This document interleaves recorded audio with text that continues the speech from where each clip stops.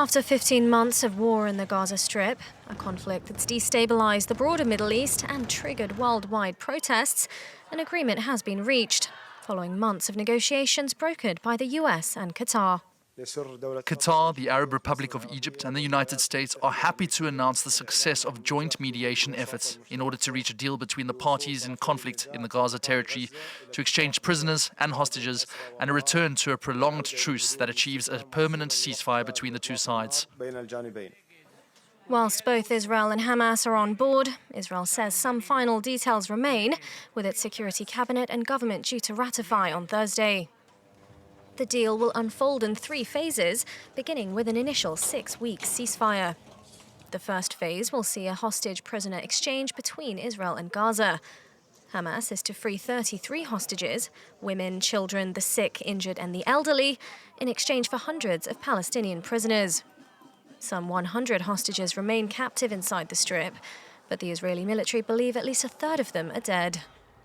Phase 1 will also see a partial withdrawal of Israeli troops pulling out of Gaza's most populated areas, allowing thousands of displaced Gazans in the southern Strip to return to their homes in the besieged north, as well as facilitate the movement of the sick and injured.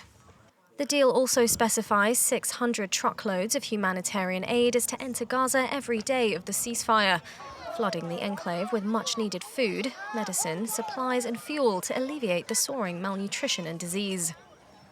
Phase 2 and 3, though, remains somewhat in flux and requires a successful Phase 1 in order to move forward. The details are to be negotiated on the 16th day of Phase 1 for what could be the permanent end to the war. The US president has confirmed that if negotiations drag on, the truce will continue.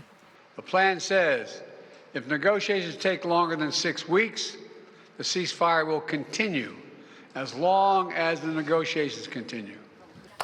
If conditions are met, Hamas will release all the remaining hostages, mostly male soldiers, in exchange for more Palestinians held in Israeli prisons. It's also expected the second phase would see Israel initiate its complete withdrawal from Gaza. The details of the third and final phase remain unclear, depending on the success of the 2 stages before it.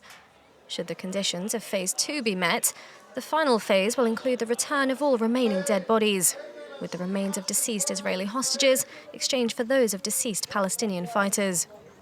The final step will also trigger the reconstruction plan of what's left of the Gaza Strip, to be conducted under international supervision.